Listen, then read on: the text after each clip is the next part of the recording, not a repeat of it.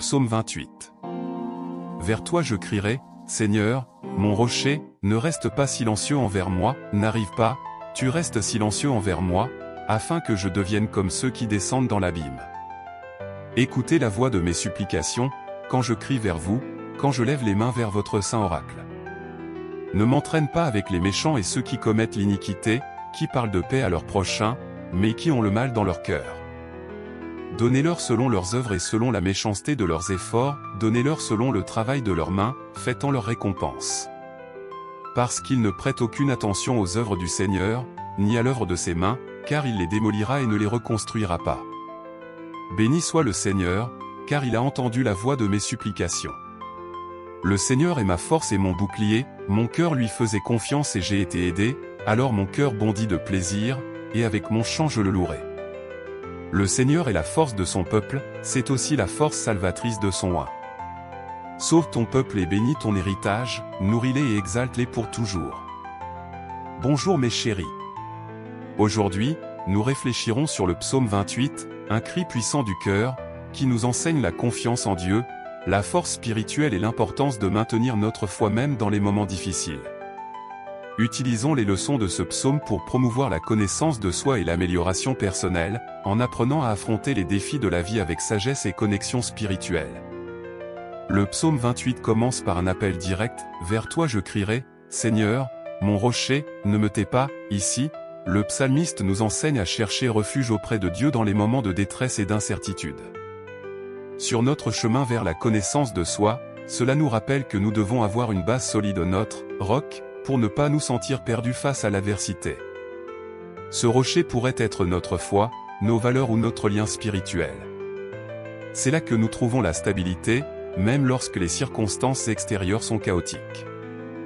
Dans les versets suivants, le psaume aborde un point crucial pour la connaissance de soi, l'intégrité.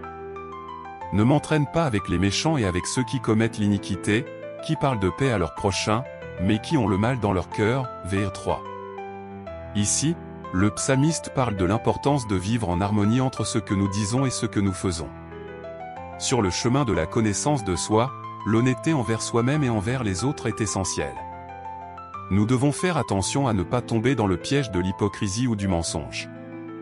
Grandir spirituellement signifie être entier et authentique, chercher à vivre conformément aux principes qui nous guident. Au verset 7, nous voyons une déclaration de confiance et de gratitude, « L'Éternel est ma force et mon bouclier.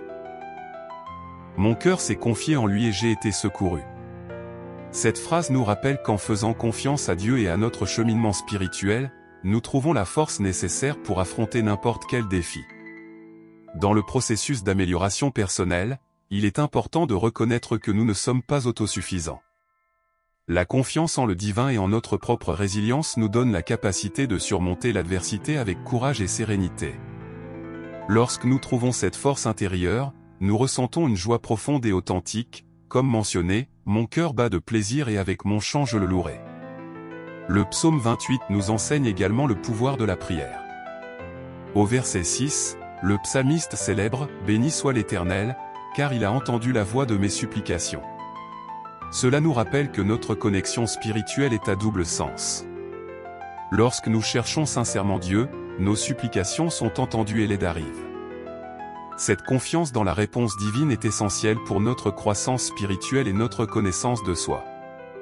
Elle nous apprend à entretenir un dialogue ouvert avec le divin, à faire confiance au processus invisible qui dépasse notre compréhension et à comprendre que nos prières ont du pouvoir.